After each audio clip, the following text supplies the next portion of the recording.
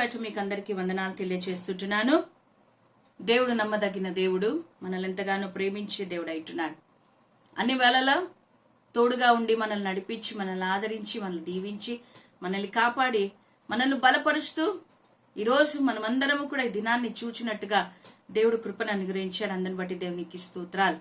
నా ప్రేమైన దేవుని జనమ, ఈ ఉదయకాలమున మన కంఠస్వరము దేవునికి వినబడినట్టుగా, మన విన్నపములు దేవుని సన్నిధికి చేరినట్టుగా, ఆయన సన్నిధిలో మనము వేచి ఉండగా దేవుడు ప్రతి ఉదయమే నూతనమైన కృపతో మనల్ని నింపుతాడంట.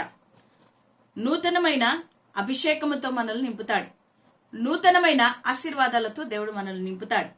కాబట్టి నిన్నటి రోజున అభిషేకము, నిన్నటి రోజున ఆశీర్వాదము కాదు, కానీ నూతనం.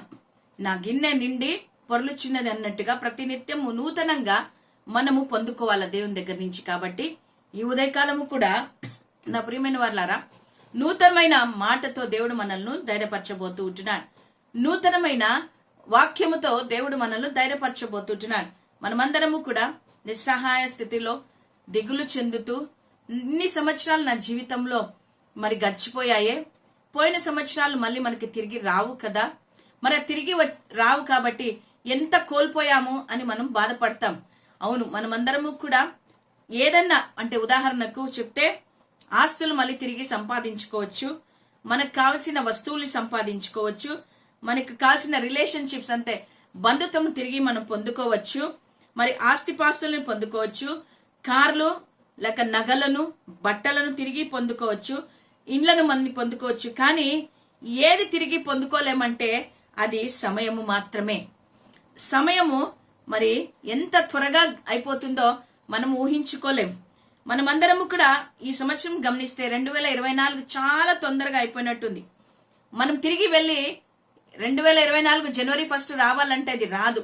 అయిపోయింది, ఆ టైం అయిపోయింది, ఆ టైం ముందుకు సాగిపోయింది. కానీ ఈ ఉదయకాలము దేవుడు మనం టైంని తిరిగి పొందుకోలేము, తెచ్చుకోలేము రిటర్న్ గా. కానీ ఉదయకాలము దేవుడు ఒక మాటను మాట్లాడుతూ ఉంటున్నాడు.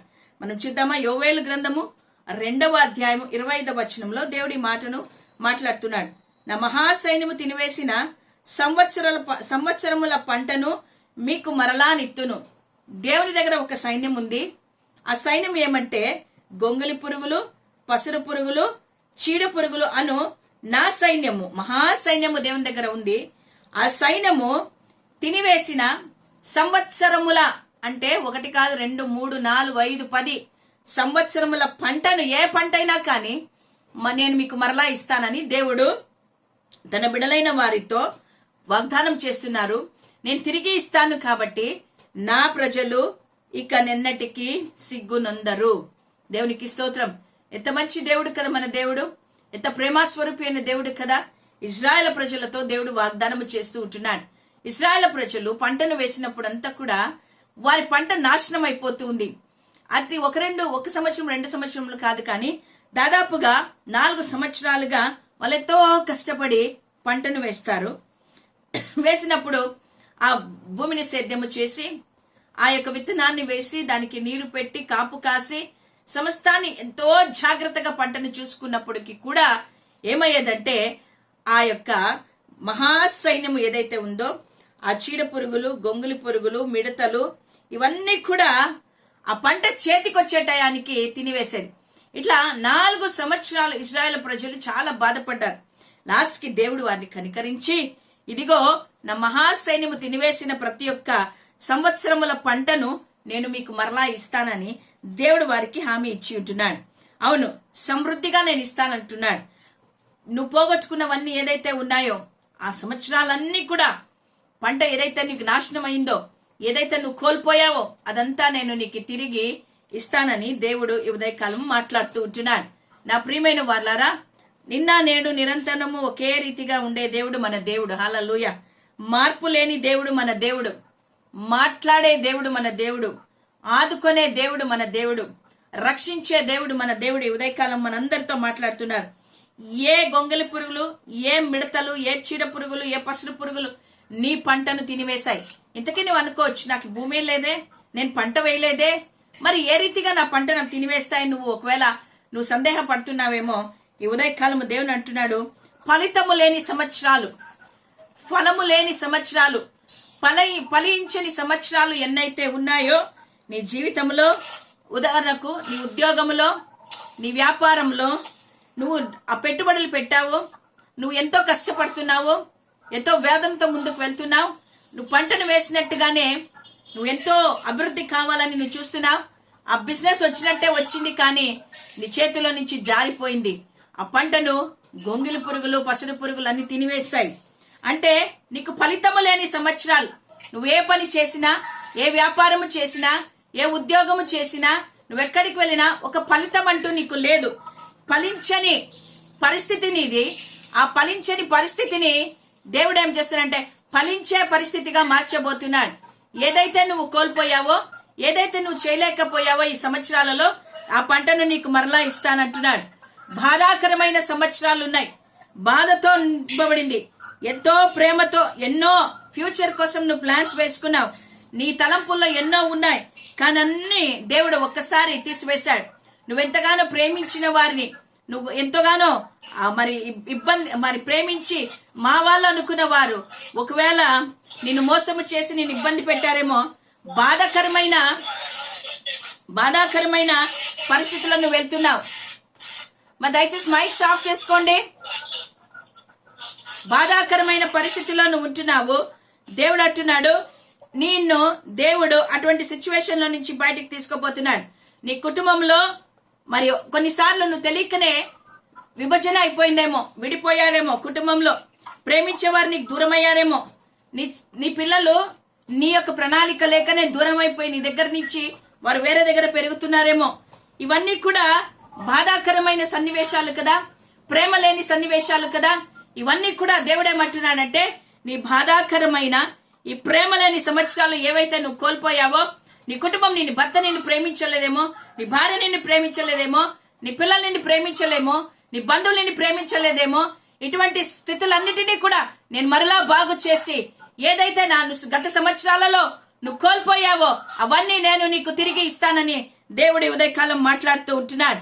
తిరుగుబాటు సంవత్సరాలు, తప్పిపోయిన కుమారుడు తండ్రి దగ్గర నుంచి తప్పిపోయి తిరుగుబాటు చేసి ఏ రీతిగా దూరము వెళ్లిపోయాడో, ఆ తిరుగుబాటు స్వభావం కలిగిన మనమందరము, ఆయన తప్పిపోయిన కుమారుడు అనుకున్నాడు నేను ఆనందాన్ని అనుభవిస్తాను అనుకున్నాడు, కానీ దుఃఖాన్ని అనుభవించాడు తండ్రికి దూరమై. ఈరోజు ఒకవేళ మనము కూడా దేవుని సన్నిధి నుండి దూరము వెళ్లిపోయి మనం ఆనందంగా ఉంటామేమో లోకంలో అనుకున్నామేమో, కానీ ఇదిగో ఈ ఉదయకాలమున ఆనందము కాదు దుఃఖాన్ని మనం పొందుకున్నాము. కాబట్టి మన తిరుగుబాటుతనము ద్వారా మనం కోల్పోయిన ఆ ఆశీర్వాదములన్నీ కూడా మనము దేవుని దగ్గరికి వస్తే ఆయన తిరిగి మనకి ఇచ్చేవాడిగా ఉంటున్నాడు. అవును, మనల్ని మిస్అండర్స్టాండింగ్ చేసుకున్నది సంవత్సరాలు ఎన్నో ఉన్నాయి. అవును, చాలా మంది మన జీవితంలో మిస్అండర్స్టాండ్ చేసుకొని ఎన్నో డిఫరెన్సెస్ మనలో తెచ్చి దూరం అయిపోయాం. మరి అటువంటి దారి తప్పిపోయిన మార్గంలో ఒకవేళ నువ్వు ఉన్నట్టయితే, నువ్వు దారి తప్పిపోయి నీ మార్గంలో నువ్వు వెళ్ళిపోతూ ఉన్నావేమో, నువ్వు దారి తప్పి దేవుని సన్నిధి నుంచి దూరం వెళ్ళిపోయామో, ఇదిగో ఆ దారి తప్పిపోయి నువ్వు పడుతున్న ఇబ్బందుల ద్వారా నువ్వు దేవుని దగ్గరికి తిరిగి వచ్చినట్టయితే దేవుడు ఈ ఉదయ కాలమున ఆ సంవత్సరాలన్నీ కూడా నీకు తిరిగి ఇస్తానని దేవుడు చెప్తూ ఉంటున్నాడు. కాబట్టి నా ప్రియమైన వారలారా, ఈ ఉదయ కాలమున ఆయన ఆజ్ఞాపించిన మహా సైన్యము ఏదైతే ఉందో, ఆ సైన్యము తినివేసిన నీ పంట, అది ఫలము లేనిది కావచ్చు, బాధాకరమైనది కావచ్చు, ప్రేమ లేనిది కావచ్చు, తిరుగుబాటు కావచ్చు, దారి తప్పిపోయిన సంవత్సరాలే కావచ్చు, నువ్వు ఏదైతే నువ్వు కోల్పోయావో అవన్నిటినీ కూడా దేవుడు పంటను నీకు మరలా ఇస్తానని ఉదయకాలము దేవుడు వాగ్దానము చేస్తుంటున్నాడు. నేను తిరిగి నీకు మరలా ఇస్తాను, నువ్వు కోల్పోయిన సంవత్సరాలు నీకు ఇస్తాను, నీకు ఆరోగ్యముని ఇస్తాను. ఇన్ని సంవత్సరాలు నువ్వు ఏదైతే అనారోగ్యముతో ఉన్నావో, ఏ వేదనతో ఉన్నావో, ఏ దుఃఖముతో నువ్వు ఉన్నావో, ఏ యొక్క కృంగుదలలో నువ్వు ఉన్నావో, ఎక్కడ నువ్వు మరి ఒకవేళ విరిగిపోయావో, కుటుంబం ఎక్కడ పతనమైపోయిందో, ఏ కుటుంబంలో సమాధానము లేదో, ఏ కుటుంబంలో ఆరోగ్యము లేదో, ఏ కుటుంబంలో జీవము లేదో, ఎక్కడైతే నువ్వు బలహీనంగా ఉన్నావో, ఇదిగో ఆ సంవత్సరాలన్నింటినీ తిరిగి నేను నీకు ఇచ్చి నిన్ను ఆశీర్వదిస్తాను. ఇంకా ఎన్నటికీ నీవు సిగ్గునందవు అని దేవుడు ఈ ఉదయకాలం మనతో మాట్లాడుతుంటున్నాడు. ఒకవేళ నువ్వు బాధపడుతున్నావేమో, నువ్వు సిగ్గుపడుతున్నావేమో, నా జీవితం ఇంతేనా అనుకుంటున్నావేమో, నీతోనే దేవుడి ఉదయకాలం మాట్లాడుతుంటున్నాడు. నా ప్రియ సహోదరుడా సహోదరి, నువ్వు దేవుని వైపు చూసినట్టయితే, నువ్వు దేవుని ఆశ్రయించినట్టయితే, దేవుడు నీ జీవితంలో గొప్ప కార్యాలను దేవుడు చేయబోతుంటున్నాడు. నీ పంట ఏ రీతిగా ఉండబోతుందో తెలుసా? తిరిగి ఆయన పంటనివ్వబోతుంటున్నాడు.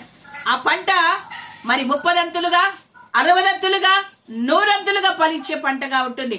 నువ్వు ఇన్ని సంవత్సరాలు కోల్పోయినది 100 దేవుడు నీకు ఇచ్చి నేను ఆశీర్వదించి నీ జీవితంలో అనేకమైన అద్భుతాలను ఆశ్చర్య కార్యాలను దేవుడు చేస్తూ ఉంటున్నాడు. హల్లెలూయా. మనము జీవితంలో పాపములు కావచ్చు, దుఃఖము కావచ్చు, వేదన కావచ్చు, అన్ని కూడా ఆయన మీదికి మనం వేద్దాం. యేసయ్య మీదికి మన భారాన్ని మోద్దాం. హల్లెలూయా. దేవుడికి స్తోత్రం కలుగును గాక. నా ప్రియమైన వాళ్ళరా, నా జనులు ఇకనందరూ సిగ్గునందరు అంటున్నాడు. మన మీదనున్న సిగ్గును అవమానాన్ని ఆయన తొలగించి మనకు ఘనతనిచ్చే దేవుడు అంటున్నాడు. దేవునికి స్తోత్రం కలుగును గాక. కాబట్టి మనం విశ్వాసముతో దేవుని వైపు చూద్దాం. విశ్వాసముతో దేవుని వైపు చూద్దాం. మన వాగ్దానాన్ని నమ్ముదాం. దేవుడు చేసిన వాగ్దానములన్నీ నెరవేర్చే దేవుడు. ఆయన మాట తప్పని దేవుడు అంటున్నాడు. కాబట్టి నీ పంటను తినివేసిన మహాసైన్యమును ఆయన గద్దించి నువ్వు పోగొట్టుకున్న సంవత్సరముల పంటను దేవుడు నీకు తిరిగి ఇస్తాడు. ఆలోచించండి, పంట నాశనం అయితే రైతు యొక్క పరిస్థితి ఏమి? ఎంత కన్నీరు కారుస్తాడు, ఎంత దుఃఖముతో ఉంటాడు, ఎంత వేదన ఉంటుంది, ఎంత బాధ ఉంటుంది. తన కష్టానికి ప్రతిఫలము రాలేదని ఏ రీతిగా బాధపడతాడో అదే రీతిగా నీ యొక్క జీవితంలో ఆశీర్వాదము లేక నువ్వు అభివృద్ధిలోనికి రాక నువ్వు వెనుకబడిపోయి కృంగిపోయి ఉంటే దేవుడు చూస్తూ ఊరికే ఉండే దేవుడు కాదు. నిన్ను తినివేస్తున్న ఆ మహాసైన్యం ఏదైతే నేను ఇబ్బంది పెడుతుందో దానిని తొలగించి దేవుడు మరి నీకు సంవత్సరముల పంటను నీకు ఇచ్చి నేను ఆశీర్వదించబోతున్నాడు. అన్నిటినీ దేవుడు రిస్టోర్ చేసి మరి ఒక్కసారి నీ జీవితంని సరి అయిన మార్గంలో నడిపించబోతున్నాడు. కాబట్టి అట్టి దేవుని మనం కలిగి ఉంటున్నాం. సమస్తమును చేయగలిగిన దేవుని మనం కలిగి ఉంటున్నాం. సమస్తమును మనకిచ్చే దేవుని కలిగి ఉంటున్నాం. ఆశీర్వాదమునకు వారసులుగా ఉండడానికి మనల్ని పిలిచిన దేవుడు ఉన్నాడు. కాబట్టి ఆయన మనల్ని దీవిస్తాడు. మనం ఇంకొకటి జ్ఞాపకం పెట్టుకోలేమంటే ఇశ్రాయేలీయుల మధ్య నేనున్నవాడను. హల్లెలూయా. మన మధ్య ఈరోజు ఆయన ఉన్నవాడు. హల్లెలూయా. మనుషులు కాదు కానీ జీవము కలిగిన దేవుడు మన మధ్య ఉన్నాడు. హల్లెలూయా. జీవము కలిగిన దేవుడి ఉదయ కాలమున నీ నా జీవితంలో అద్భుతాన్ని చేయడానికి సిద్ధంగా ఉంటున్నాడు. మరి ఆశీర్వాదాన్ని పొందుకోవడానికి నువ్వు సిద్ధంగా ఉంటున్నావా? నీ హృదయాన్ని తెరిచి దేవా సంవత్సరముల పంటను నాకు తిరిగి ఇస్తానన్నావు, నీకు స్తోత్రం అని దేవునికి కృతజ్ఞతాస్తుతులు నువ్వు చెల్లించగలుగుతావా? దేవుని నువ్వు ఆరాధించగలుగుతావా? దేవుని గణపరచగలుగుతావా? నువ్వు సిగ్గు నందకుండా, నీ అవమానం నందకుండా ఆయన నీ సిగ్గును, నీ నిందను, నీ అవమానాన్ని తొలగించి ఘనతను నీకు ఇచ్చి నేను గొప్పగా ఆయన దీవించబోతున్నాడు. దేవుడు ఈ మాటలు మన వెనుకిడలో దీవించి ఆస్వాదించును గాక. Amen, amen, amen.